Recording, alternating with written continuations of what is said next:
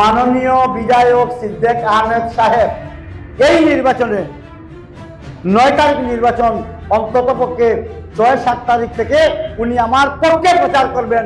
আজকে আমি আপনাদেরকে বলে দিলাম, আজকে আমি এখানে বাড়িগ্রামে বসে দক্ষিণ করিমগঞ্জের যদি জনৈক কোনো গোষ্ঠীর বিরুদ্ধে যদি আমি কথা বলি, আর কথা বলার পর বাকি 90% লোক যদি আমাকে ভোট দিয়ে দেয়, তাহলে আমি বলবো না কেন?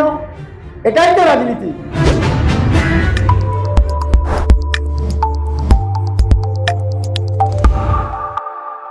আপনার কাছে আমার প্রথম প্রশ্ন, বিগত বিধানসভা নির্বাচনে আপনি 2 জন প্রতিনিধির কাছ থাকিয়া বড় অঙ্কের টাকা লইছে, একজনের লগে দুটাবাজি করছে আর একজনের লাগিয়া একজনের সহযোগিতা করছে। এই যে আপনার অভিযোগ যেটা, এটা আমার নাই, এটা আমরা বর্তমান যে বিধায়ক সিদ্দিক, তো আপনি এই ব্যাপারে কি বলবেন? এমন প্রশ্ন করলাম, আসিতাম না খান দিতাম, পয়সা দিয়া বিদায় হওয়া যায়নি। আর এরা দেখে অভিযোগ যদি উঠায়, আমি তো মনে করি সমাজে প্রথমে তানে বহিষ্কার করা একান্ত উচিত। কারণ নির্বাচন আইছে জনগণের যোগ্যতার ভিত্তিতে, উন্নয়নের নিরিখে তানে বিধায়ক বানাইতা। খান যদি ফেরে পয়সা করে দিয়া বিধায়ক বলুন, তো জনগণের লাগে প্রতারণা করছে। এই সম্পর্কে আমার তো কিছু জানা নাই। আর যদি এলাকায় অভিযোগ আসিল যে আমি বুটো দাঁড়াইছি, এখন এটা মাত কি? এটা মাত্র কেউ 5 বছর আগে মাটিতে আসলা, কেউ 10 বছর আগে মাটিতে আসলা। আর তাছাড়া একটা যদি প্রমাণ, এই কথাটা যদি সত্য হয় বা এই কথাটার যদি কোনো সামঞ্জস্য থাকে, তাহলে বুঝা গেল দক্ষিণ করিমগঞ্জের বিধায়ক হে ওইটা আমার কাছে এপ্রিল লইয়া গিয়া লাগে। বিধায়ক সাহেবের আর একটা অভিযোগ, বিগত যে পঞ্চায়েত নির্বাচনের যে মেম্বার আসলে মেম্বারের প্রেসিডেন্ট বানাইতে গিয়া আপনি মোটামুটি টাকা দিয়েছেন, লইয়া অনেকজনের প্রেসিডেন্ট বানাইছেন। এটার ব্যাপারে আপনি কি বলবেন? এই আরেকটা প্রশ্ন করলাম, পয়সা কিতা বিধায়ক সাহেব দিছিলেন? কত হইল? টান গেছে সকল খবর আয় কিতা। আর আমি কোনো ওয়ার্ড সদস্য নেই, পঞ্চায়েতের সভাপতি নির্বাচন করছই ওয়ার্ডের সদস্য হলে, আমি তো আর কোনো ওয়ার্ড সদস্য নাই। আর আমি যে বুট দিবার তো অধিকার আসলা না। কথা হইল যে মানুষের যখন দুর্দিন হয়, যখন সময় খারাপ হয়, তখন মানুষ আবুল তাবুল হয়, ইটা ভাল লাগে। আর এই সমস্ত মাত মাতিয়া জনসমর্থন কোনদিন সমানে যায় না, বরং বাড়াই।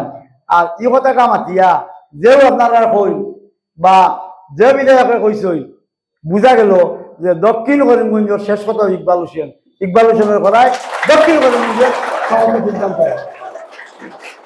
একবার প্রশ্ন হইল যে আপনার পছন্দ, কিন্তু আপনি যে দলটা গিয়া প্রতিদ্বন্দ্বিতা করতেন, এই দলটা তার পছন্দ নাই, দল পছন্দ না কথা লাগিয়া এই দলে মুসলমানের বিরোধিতা করে।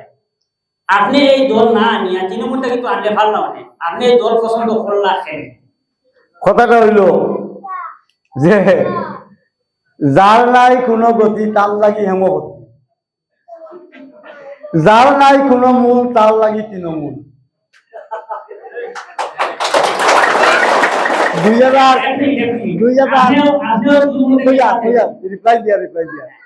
2011 সন যখন আমি সরকারি চাকরি ছাড়িয়া আমার কোনো মূল আছিল না, আমি গেছিলাম তৃণমূল।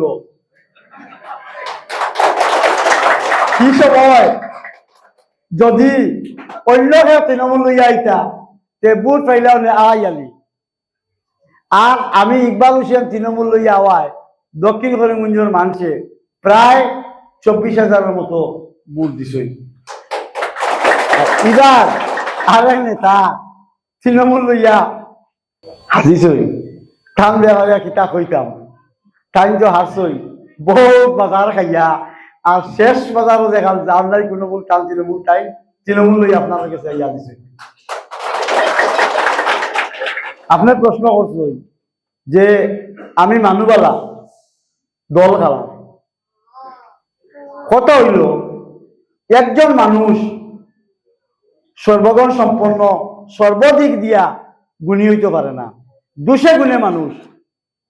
একদিকে কইরা আপনি যে দল পছন্দ নাই, তাম তো ব্যক্তি পছন্দ, ব্যক্তি হিসাবে তাইছেন ভোট দিবা।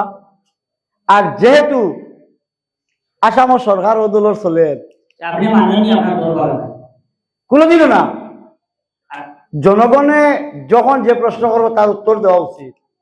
আমার দল বালা না হইলে আজকে 10 বছর এই দলে শাসন করে নিছে, আগামী আরো 10 বছর এই দলে শাসন করবো, বাদ হইলে কোনো শাসন করতে পারলো না। কথাটা হইল, এক সময় আছে যে মানুষে দিক ঘুরাইতা বলে ও নগরী এলাকার মালিক আমি, আর ওই এলাকার বুটিগুলো আমি দিলাইব। ও যে কোন এক বিধায়কে কইছিল পয়সা দিয়ে বুট লই তাম টাকা, ইতার যুগ আজকাল নাই। আজকাল সোশ্যাল মিডিয়ার যুগ, ডিজিটাল যুগ। আজকালকে মানুষের থিঙ্কিং, চিন্তাধারা কই গিয়া করছে পাওয়া যায় না। এর লাগি কথাটা হইল, মানুষে বুট কিতার লাগি দিত, কিতার লাগে বিধায়ক বানাইতো এই দেশের ডেভেলপমেন্টর লাগিয়া। ডেভেলপমেন্ট করতে হইলে সরকার পক্ষে টাকা লাগবো, মানুষের বিপদ আপদে পাশে টাকা লাগি সরকার পক্ষে টাকা লাগবো। আপনারা ও শুনছি এর মাঝে কইসই আমি মানুবালা, যেই মানুবালা কইছি কিতার লাগে কইসই, হয়তো কোনো বিপদ আপদে বা এলাকার উন্নয়ন লাগি আমার কাছে গেছিল, আমি কাম করিয়া দিছি, এর লাগি তো হয়তো মানুষবালা। কিছু মানুষে তাই মানুবালা কইয়া ভোট দিবা, আর দলের ভোট কিন্তু এক লাইনে আইব। আপনারা প্রশ্ন করার লাগে প্রস্তুত হয়ে যায়, আপনারা প্রস্তুতি নেন। এর মধ্যে আমি একটা প্রশ্ন করি, আপনার চাকরি ছাড়িয়া রাজনীতি খাওয়ার উদ্দেশ্য? জন ছাড়া জমিদারি হয় না, আর যে জনগণের মূল্য দেয় না, ই নেতার নেতাগিরি বেশ দিন থেকে না। 2008 সালে বালিগ্রাম জেলা পরিষদ মহিলা সংরক্ষিত আসন হয়েছিল। সেই সময়ে এই এলাকার জনগণে খুঁজিয়া আমি যখন সরকারি চাকরি করতাম, আমার স্ত্রী শাহনাজ খানম চৌধুরীরে, একজন উচ্চশিক্ষিত মহিলা, যে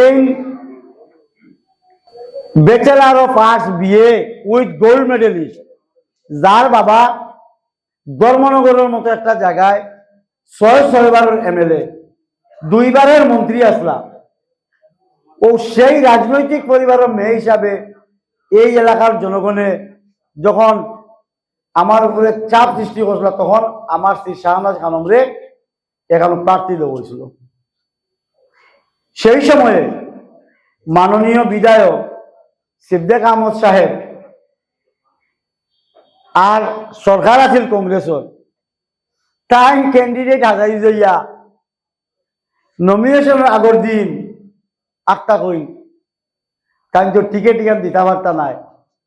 প্রাক্তন জেলা পরিষদ সদস্য হাজি আবু বকর সিদ্দিক হিসাবে তানে কইসই, যদি কংগ্রেসের টিকেট হাজি সাহেবর বউরে দেখ না, তে তাই বিধায়ক সিদ্দিক আহমদ সাহেবর বাড়ির আইয়া সুইসাইড করিবা, গাছে ভাষা লাগাই দিবা। আমি দেখলাম ই যে হালত, সকালে আইয়া আমি মাননীয় সিদ্দিক আহমদ সাহেবরে হইলাম, মানুষেগু মরাটাকে বাঁচানি বেলা টিকেট লাগতো না। তারপরে নির্দল প্রার্থী হিসাবে আমার স্ত্রী শাহনাজ খানম চৌধুরী প্রতিদ্বন্দ্বিতা করছিলা, মানুষে উজাড় করিয়া ভোট দিছই, 9,872টা ভোট দিছই একজন নির্দল প্রার্থী হিসাবে। আর দৈতলা গাঁও পঞ্চায়েতের রঘুটুক এলাকা, লামারগাঁও এলাকার 4টা সেন্টারে 3,282টা বুথ মাননীয় সিদ্দিক আহমদ সাহেবে তার দলবল লইয়া, পিএসও লইয়া নিজ হাতে রেগিং করার পরেও 312 বুথে আমার স্ত্রী আসলা। নির্বাচন জিতার পরে সংবর্ধনা দেওয়া হয়, আমার স্ত্রী হারার পরে 3 দিন বাড়িগ্রাম স্তব্ধ রয়েছে। এলাকার জনগণের যখন আমার ডাকলা যে আপনি স্ত্রী নির্বাচনে আগে গেছেন, আমরা আপনার লোকে আছি।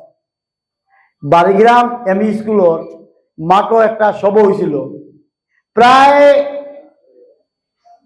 4,500 4,500 মানুষের উপস্থিতিতে সেই দিন মানুষের আবেগ আমি সহ্য করতাম পারছি না।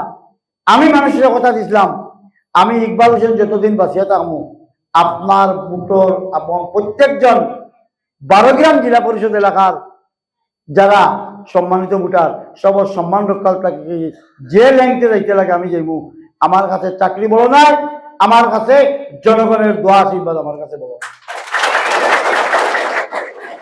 সেই কথার মূল্যায়ন দিতে এবং জনগণের কথা রক্ষার্থে 2010 সালের 30 নভেম্বর আমি সরকারি চাকরি ছেড়ে 2011 সালে দক্ষিণ করিমগঞ্জের রাজনীতিতে সক্রিয়ভাবে আমি পদার্পণ করছি এবং জনগণের দোয়া আশীর্বাদ সেই 2008 সাল থেকে আজকের দিন পর্যন্ত ক্রমে ক্রমে এগিয়ে যাচ্ছে, তাতে কোনো সন্দেহ নেই। আপনি বিধায়ক নির্বাচিত হয়ে গেলে আপনি প্রথম কি করবেন?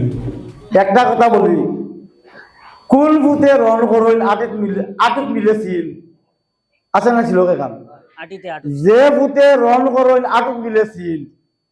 আমি তো বিধায়ক হয়েছি না, বিধায়ক হওয়ার আগে এই এলাকাত আমার যেটা অবদান আছে নিশ্চয়ই আপনারা জানেন। আমি কোনো ওয়ার্ড সদস্য নাই, 12 গ্রাম কোঅপারেটিভের গোডাউন 15 লক্ষ টাকা দিয়া বানাইয়া দিছি। আসাই না আমি সামাজ শুনছেন আপনারা? আসাই না নাই? আজকে ইরাকপুর প্রি সিনিয়র মাদ্রাসা বিল্ডিং 15 লক্ষ টাকা দিয়ে বানাইয়া দিছি। আজকে ইসামতি গ্রামের পশু হাসপাতাল 15 লক্ষ টাকা বিল্ডিং বানাইয়া দিছি। আজকে আমার গ্রামের রাস্তা নেশন হাইতে শুরু করিয়া একদম কুটোর বন্ধ হইয়া গিয়ে আবাদি বার হয়েছে। আজকে কোন দাওয়াই এগুলা কইলাম, দক্ষিণ করিমগঞ্জের এমন কোনো ওয়ার্ড নাই, এমন কোনো জায়গা নাই যে আমার ন্যূনতম অবদান নাই।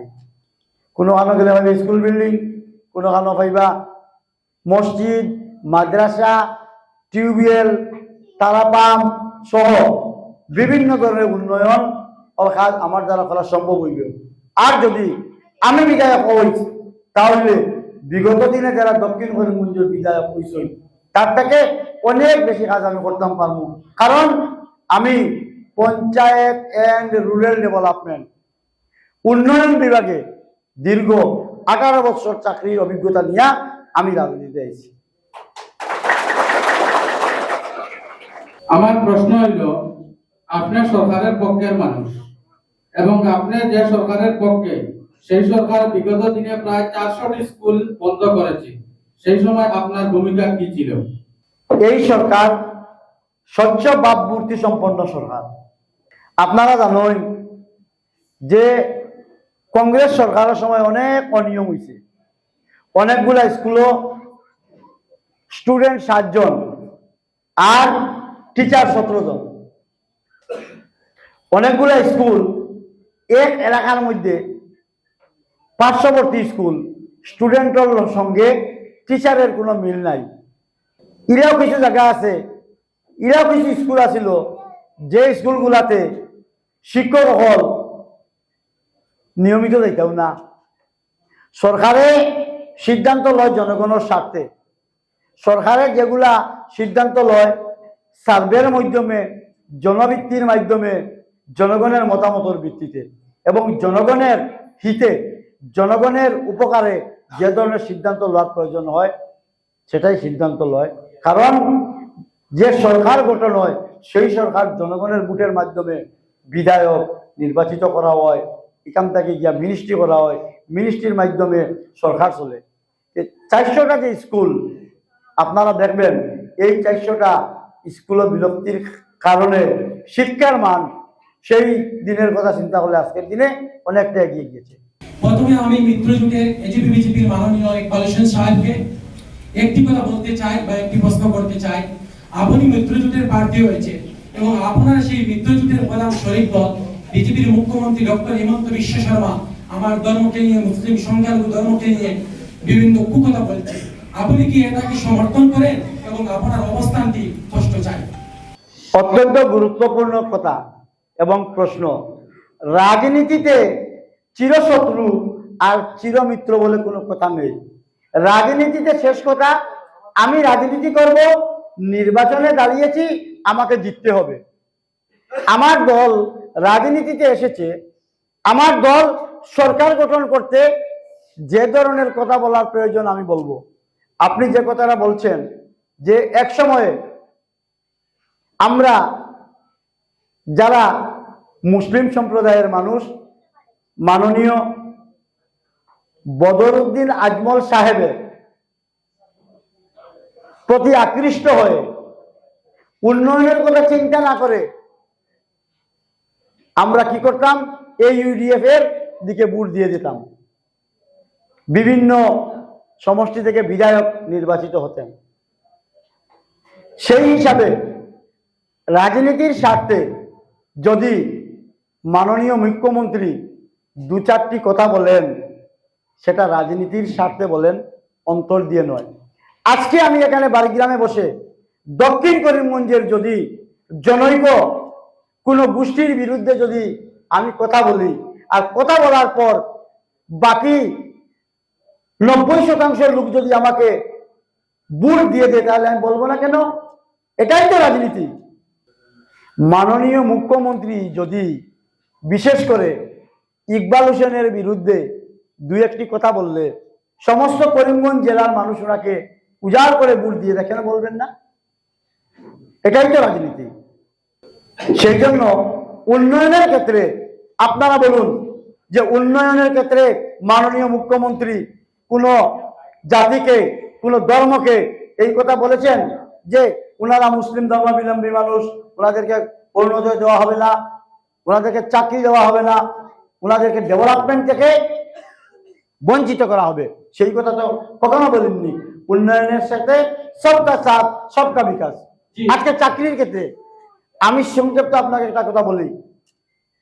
আজকে দিনে আপনি করিমগঞ্জ হসপিটালে যান, এক সময়ে 10 জন ডক্টরের মধ্যে আমরা 8 জন 9 জন হিন্দু সম্প্রদায়ের ডাক্তার পেতাম।